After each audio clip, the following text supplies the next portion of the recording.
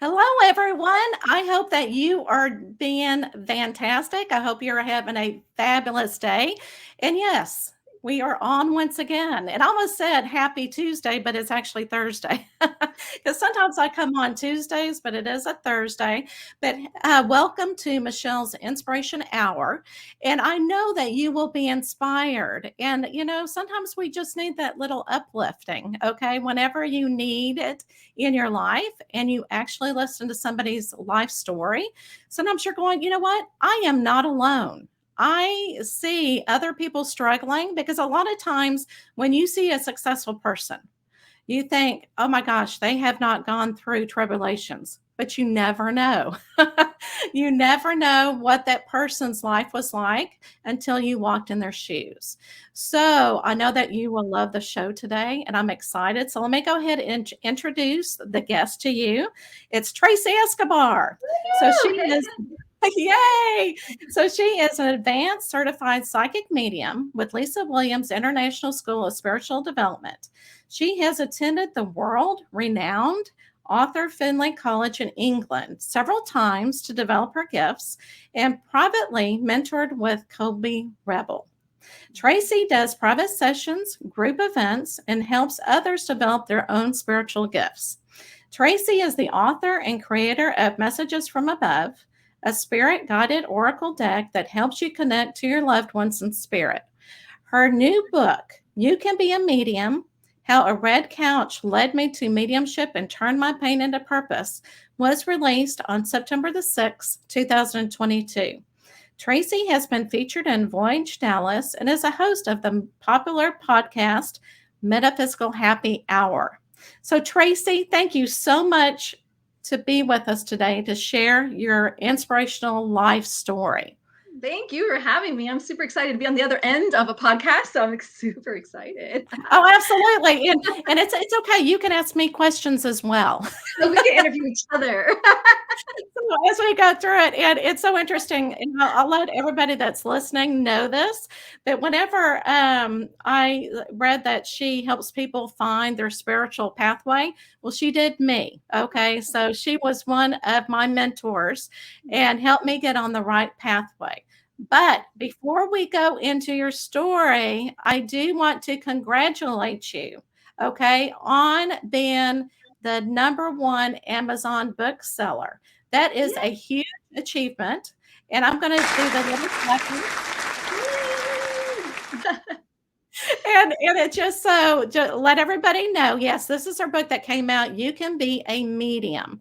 And you can find it Amazon or any bookstores. But now what we're going to do, we're going to let Tracey talk. And why don't you kind of tell us how your journey started and how this red couch came to be such a major impact in your life? Yeah, it's crazy. Gosh, this journey started probably like 6 years ago, and getting to the point where I'm at now in my career, everyone's like, you should just drop the red couch. It should just be your name. Yeah, but I'm holding on to that red couch thing because it's just an amazing story, right? I'm no, that's it. I'm Absolutely. hanging on to it. It's my story. That's how it goes. So I'll give you a little bit background about. I was one of those people that maybe I was born with the gift, but I didn't realize my gift until I was, gosh, 45, right? So much missed time. And that's probably one of the reasons why I wrote the book, because I wanted to tell people anybody can do this, right? And so my story goes back to losing my dad at 19 and being interested in the afterlife, but thinking you had to be special, right? I'd see like John Edwards on TV. I studied Sylvia Browne. I would buy her books, but I thought you had to be special. You had to Oh, be right. gifted, right? And I would ask those questions. I'd be like, well, why her? Why them? Why not me? And so that was kind of my journey through my 20s and 30s, still reeling from the death of my father, still struggling with some childhood abuse that happened to me. So I spent 20s and 30s running, numbing, and hiding. And I know a lot of people can probably relate to that. Divorce, you name it. I probably have been through it, and raising teenagers by myself. And then finally, I think when everybody kind of left, kids went off to college, they were doing their own thing, and I wasn't a soccer mom anymore. Kind Right. of had a lot of time on my hands. I wasn't having to be somewhere every Saturday. And Mhm. so And at that point in my life, I was maybe abusing some pills and things like that. And I just woke up one day being sick and tired of being sick and tired. And I got this affirmation in my head that you're so much better and you're meant to be even better than you are right now. So right now I'm waking up every day, I'm going to work, I'm coming home, I'm going to sleep, I'm waking up, going home. Like it's just that, I don't know, like Groundhog Day, I guess is what I would say, right? And then I always, think, yes. yeah, I always think just, it's absolutely beautiful because when I read that story and you said, enough is enough. I've yeah, had enough yes, pain in my life. I yep, need to put that barrier up and I need to enjoy life. yes. I know that you said that you had an affirmation come to you and Mhm, you finally got there. What yep. can you tell somebody that is really having, that same type of problem in their life and they're going, Tracey, I know that you got there. How do you eventually get there? Yeah. So started with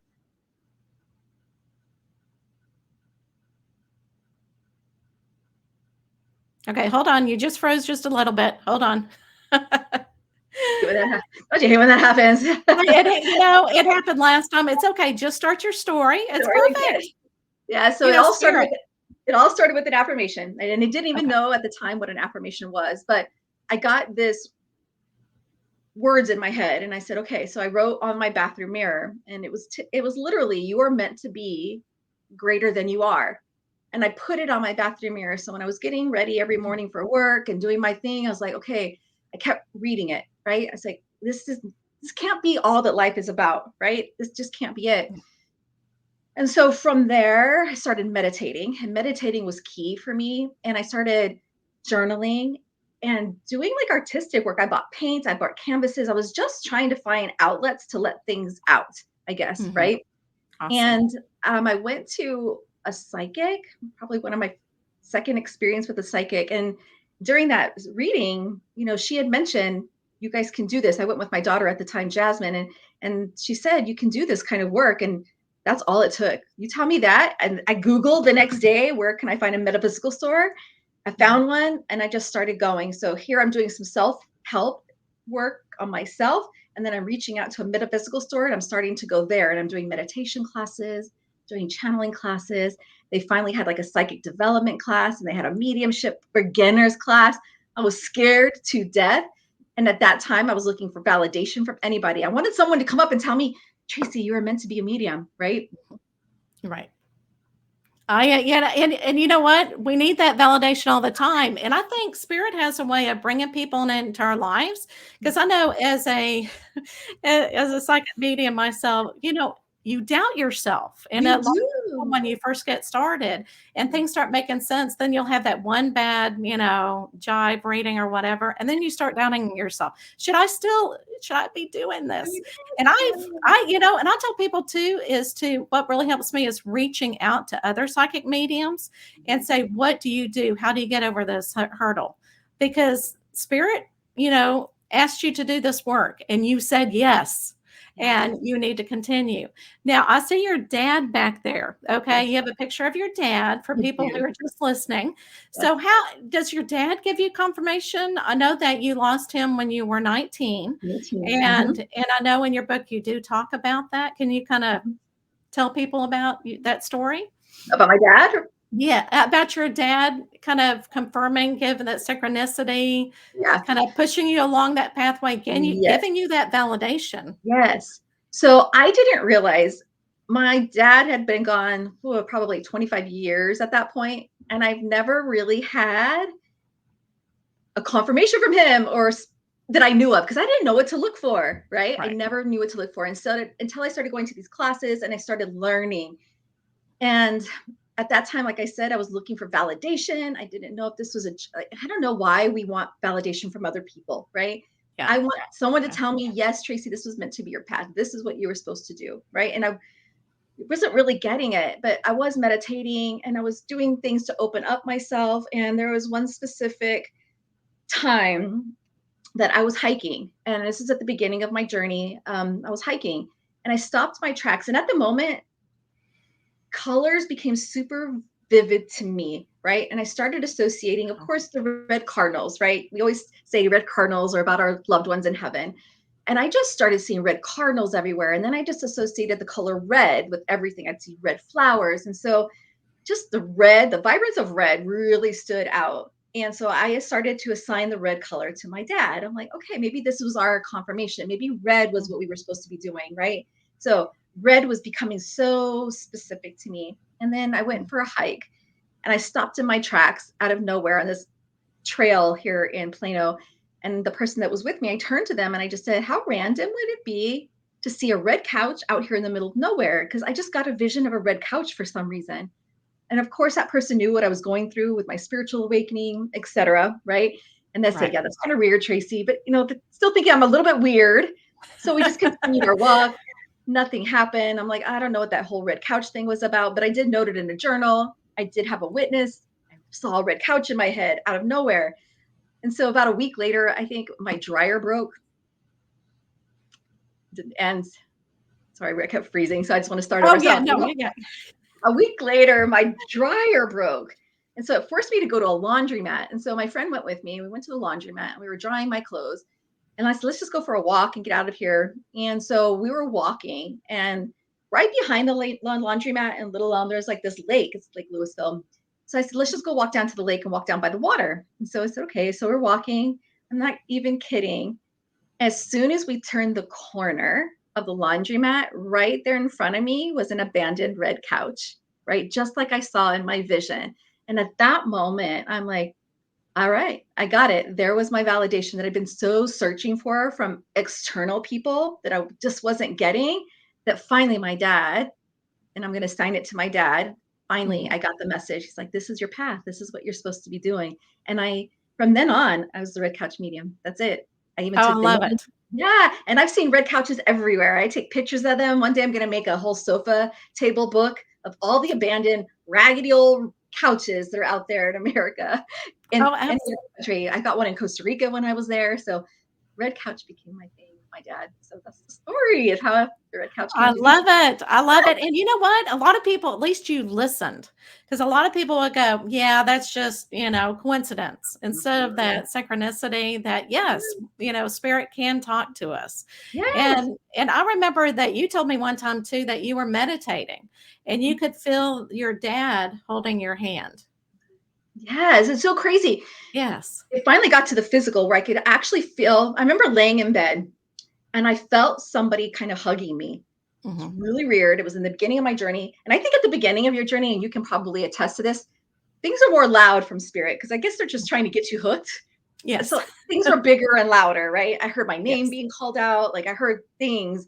And this particular time, I felt someone hugging me on the bed. And I was super scared because I just started messing around with spirit world and all that stuff. And in my head, I was like, oh my God, who is this? And out of nowhere, and I heard it audibly. It's your father, audibly. And I'm like, all right. So, and then I got addicted to the magic, right? This world is magical. Yeah. And then I just couldn't wait to get to every single class I could get to. I got so much passion behind it. And that's what I would tell people. This is not for the faint of heart. Another quote that I love that I've made up is mediumship is the hardest thing I've ever done with the most rewarding experiences I've ever had. Because it is not an easy road to take, period. Right? A lot of people will give up because it's hard. You doubt yourself. You don't trust yourself. There's so much that goes into becoming a medium. It's not like I took one class and hung my plaque, right? I'm a psychic medium. No, it took a lot of work to finally get to this point. So I just wanted to drop that into. Yeah. Oh, and I totally agree because, a lot of people think, you know what? I think it's just going to come. They wait. And it's like, you know what? It's like anything else, like riding a bike. You have to fine tune that skill.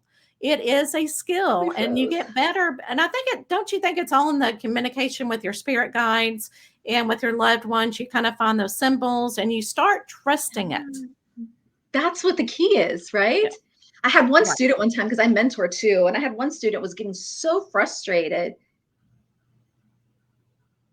because he wanted the messages to be clear as if someone was talking, right? And I trying to explain That's just not how it works. You've got to trust the symbol. You've got to trust the fast thought. You've got to trust the feeling. He's like, I want to wait until it all comes and there's no second guessing it. I'm like, we'd be waiting a long time because we all second guess it, right? And we just get to Right. that place where we finally learn to trust what we get and we don't care if we get a no anymore. Finally got to that point, right? So if you're starting out, I just say keep going, keep going, keep going. That would be my advice to anybody. And I love in your book how you have the exercises that you Mhm. learned and Mhm. that really resonated with you because it will resonate with others. And Mhm. it is a very, easy to read book. It's not real difficult, which Oh, is awesome, which is perfect. yes, So yes. can you explain because a lot of listeners may not know what a medium is, they have that well, what's the difference between a medium and a psychic? And also you kind of talked about the symbols coming in and everything. Yeah. Kind of talk about how you read spirit. Sure. Yeah. So psychic is when someone connects to you on a psychic level. I always like to do direction. I connect this way Yeah. into you, your aura, and try to pick up information about you. And then like your career, life, love, money, that kind of thing. But mediumship is really going up and connecting directly to people in the spirit world. And every information I get is directly coming in from them. And it feels like it kind of just drops into me. So, me personally, and the way that I work,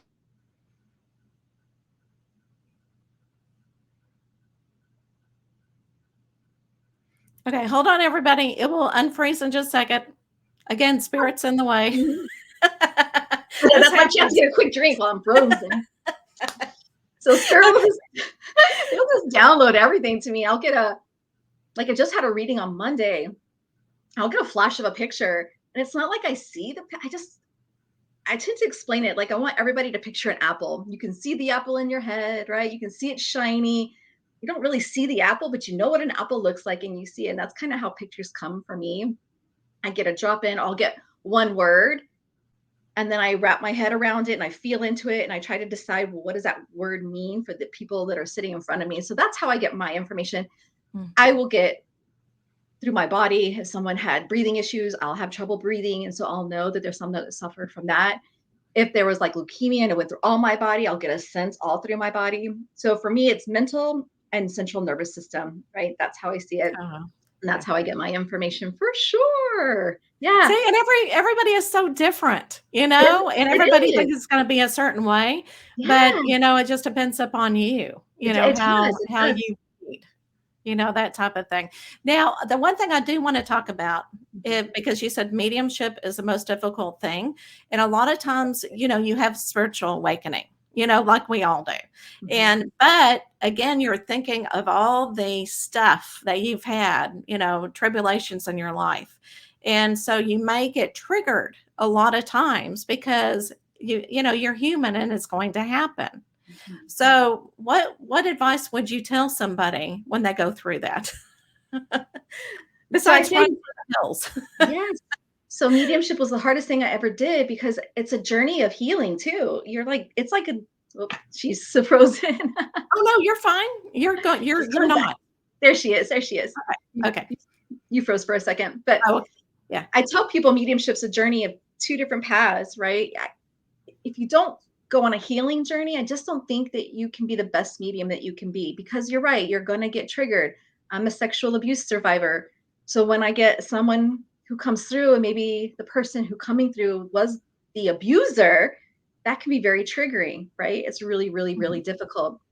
So I tell people mediumship's about self-development, self-healing, working on you 100%. So I had to go through my traumas and I had to journal through my traumas and I had to forgive people for what they've done to me and I had to sit with those things and I had to get a clear vision of them and not be the victim through the victim's eyes, right? I had to get a clear picture of the whole picture so that I could do my job correctly because I get sex survivors all the time. And that's probably been my biggest one Yeah. because I have a block with doing men. And that became an issue too. Like anytime a man would book with me, I would have literal panic attacks, right? Because Mhm. I'm now having to get vulnerable with a male figure. And so that's why I say the healing part is just so, so important. And I think with mediumship too, if you don't heal, because everything happens in our brain and our consciousness, Mhm. subconsciously, you could be inserting your own views into a reading. That's Does that true. make sense? right? Absolutely. You said that perfectly. Oh Like my gosh, that's if great. I don't heal the trauma, all men are bad. Yes, leave your husband, he's bad, or oh, they're doing something bad, right? Because I'm seeing it through the filter of my own experience. Mhm. So in order to be a good medium, I had to do the etch a sketch. I have to shake the experience up and get my perspective out of there and get a clear channel for spirit and clear. So what I get is what I give. And I try not to insert my own agenda, my own worldview, my own belief system. I really try to just stay as a clear Mhm. channel for that. That's why I think it's just so important to do both. You got to walk both.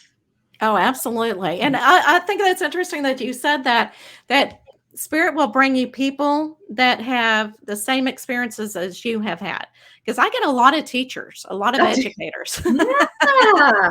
Yes. Yeah, and just like you said, what you've been through the experience. Now, okay, so I want to ask this question. It just keeps popping up. And that Ask tells it. me it's time to ask. So think about when you were younger. Yeah. Okay. And I don't care what age that is, but when you're younger. Okay, when you're, at home going through, what what would you tell yourself if you were able to go back through time and tell yourself, what would you tell yourself? What advice would you give to yourself? Oh my. I know it's kind of a loaded question. No, and it's hard, right? I think Yeah. the generation we grew up, we didn't have a lot of resources. We didn't have the internet. People forget that. Like when I was growing up, I did not have the internet. So you don't know who to reach out to, right? So I kept a secret for a Mhm. very, very, very long time, right? Living through secrets and not ever telling anybody and just keeping that to myself and just hoping for one day just to get out, right? And hoping one day I'd be okay. And then I think as kids, we like to stuff and we like to pretend things didn't happen. And kids are resilient. We can go on and be fine, right? So if I had to go back and tell that little girl, it would we would be fine. I just wish we would have found our purpose sooner, is what I would say. Right. Right. Yeah. And I think Okay. that's the amazing thing for the generations now. There are so much resources, even if it's through social media. You know that you need healing because we all talk about it so much on social media. You know that self-reflection is important. We all talk about it. Like there's more people talking about it. And I think that's why we have such a big cancel culture now, right? You're The right. new generation is just not putting up with anything. They're just canceling, right? But the generation that we came from, we just didn't know. We didn't know that I'm going to react certain ways because of something that happened 20 years ago, right? We had no Right. idea that all that kind of carries with us. And so I think that was important. So if I could go back and look at my littler self, it would be, we are going to be okay. You are going to live your purpose and it's going to be fine. And everything happens for a reason. Right. Everything. And it's okay. And who knows, maybe if you didn't go through that, you wouldn't be where you are today. I mean, you think about that kind of shaped and molded you, even though it's difficult to think that way. And Because sometimes it's like, it's true you though, know, right? And I tell right, people that will help you move from victim to survivor, right? When I right, no longer allow the actions or the abuse or whatever happened to me, it no longer has control over me, if that makes any sense. Because I now yes, see it from a different, I wouldn't be here today if that didn't happen, if I didn't lose my dad in 19 and had that trauma, I didn't have a toxic marriage. Now I can look back and say, why did all that happen? Right? Everything right, led, everything leads. If everything's rosy and wonderful, you're never going to search out your purpose, right? I think we all have to right, kind of go through hard times. That's why I wrote the book. And it's really weird. I know it's titled You Can Be a Medium, but it's really for anybody. You don't have to want to be a medium, right? Because it's really is. Look at all the trauma people can go through and how successful you can still be on the other side if you just do your healing. So and I also think it's spiritual. Not only that, but I think it's seeing somebody going through their spiritual awakening and their awakening. journey. I think Yeah. can be spiritual for anybody. That kind of Yes. thing. Shelley said, and let me read. I learned from my grandmother generation to sweep hurt under the rug. So she's agreeing with you And that it's that our generation we would like shh, and and that's that would be harm than good. it is. And I'm still going through it now. My mother is having a very difficult time with this book. Very difficult. She comes from a generation where you don't put your dirty laundry out on the internet or in the book, right? Right, and I wanna say thank you for that because, again, that's going to help so many people, but yet at the same time, you had to be vulnerable, I and that did. is tough in itself. So That that was is so a gift important to for me. us. Yeah, and it was really important to me. If I'm going to do this, I have to tell the truth. I have to be vulnerable. Like, yeah. And I was afraid of being judged. There's a lot of stuff in there anybody could judge me for, right? Right. But if I didn't put in, I just wanted to make sure everyone knew I was human. Like, Yeah, these are things. absolutely. And these are choices I made. They were good. They were bad. Some were ugly and affected people, but I'm owning it. I'm putting it out there. I'm taking accountability for it. This stuff happened. You know what? It gave me a voice that I haven't had in a really long time because I knew people were going to be upset, but I did it anyway. It's like, this is my way of finding my voice, right? Very good. I had a secret for a long time, and the man's never been prosecuted, nothing's ever happened. But now I can speak my truth to the world and I don't care, right? I don't care. Absolutely. Well, thank you so much. All right. Is there anything that we did not want, that we didn't talk about, that you want to make sure to bring up in the No, I think conversation? if you have a passion for something, if you have an inkling, go for it, right? We live this lifetime and we're meant to grow as humans, as spiritual beings. We're not meant to stay stuck on the hamster wheel, right? So go give it a shot, right? Just give it a shot, right?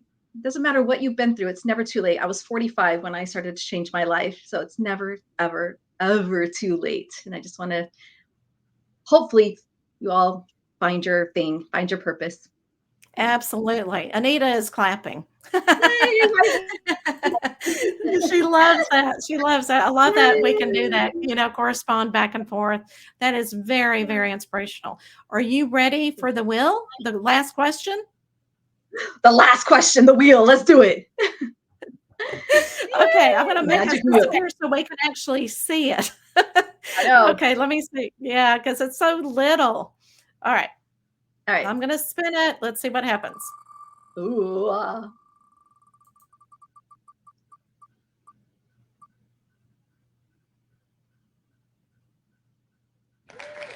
Okay. At first I was going, it's kind of like in between. Oh, there it is. All right.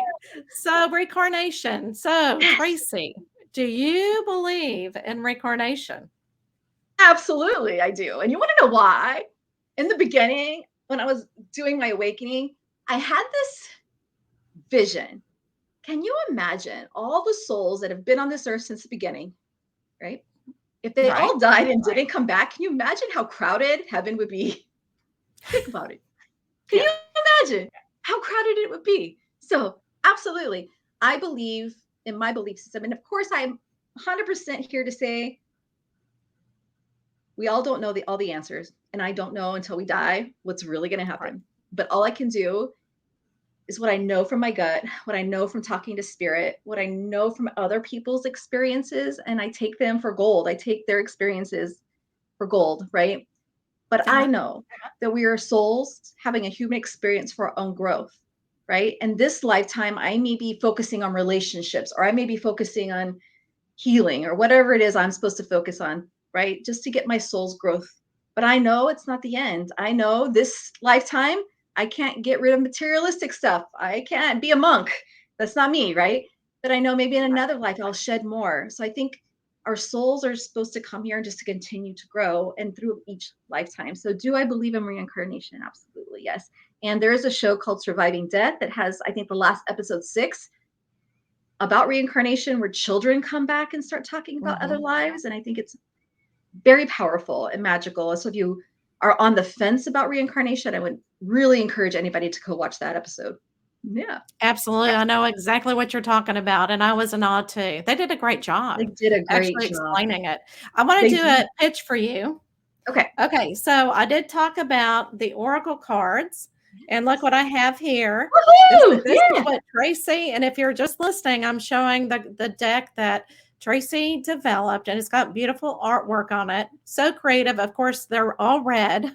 Surprise, surprise. But I will tell you, with mediumship, whenever I do mediumship, I will close the message. I will close the session with it. And it always goes with what the message was about from spirit. So it's all connected, the theme of it. And I'm going, so you were definitely with spirit whenever you created these cards. Thank you. Where would they get these cards on Amazon, or where can they get them? The cards are actually on my website. through Okay. Etsy. Yep. And the book is Okay. on my website too, or Amazon. Yep. Okay. Okay. Just making sure, just in case somebody says, I Yes. want those cards too. Yes. And the Good. last thing, can you show us your dad behind you? Kind of show, because My I mean, daddy we when he can was see. younger. You guys see Oh it my on my gosh, he is right. young there. Yeah. I think he was in junior high I was here. going And to say he is very young, very I handsome just young man, though. keep him on here. You know what's something else I forgot to say? And I know we're Yeah. wrapping up. Oh, sure. Why No, red go was ahead. why red was so important. And I didn't realize that until I started writing my book and it finally realized why red. So Okay. I was 19 when he passed away. And at the funeral, everyone wore black. I was the only one. I wore a red dress. Oh my gosh. So I think the Oh, red just came beautiful. back full circle. Yeah. And Yes, I it didn't did. realize it until I was writing the book that, oh my God, I wanted to stand out. So I wore red. I had red heels, I had a red dress on, and I was the only one in color. Everybody else was black. Yes. Well, it's a good thing you look good in red. Thanks. As I wear it all the Because time. if it was my primary color or, symbol, I don't look good Yeah, in I don't red. I you look want to go with the red hair. Yeah. it just kinda washes me out, so it's a good thing you look good in red. Thanks. Alright, so everybody, you've heard it here. Tracey has such an inspirational story, and I'm gonna, bring up her book again before we leave, but You Can Be a Medium, and again, it kinda talks about her tribulations. It talks about things that you can do if you want to become a medium, exercises that you can do. So it really, really helps. Even if you're not into mediumship, again, we discussed it. It Yeah. is a very powerful message behind that you can actually walk through a spiritual journey and make it through. I guess you Make make it, it. survive, I guess you could say. So thank you so much. And I hope everybody was inspired. And I will see you in a couple of weeks. Thank you. Bye, everybody.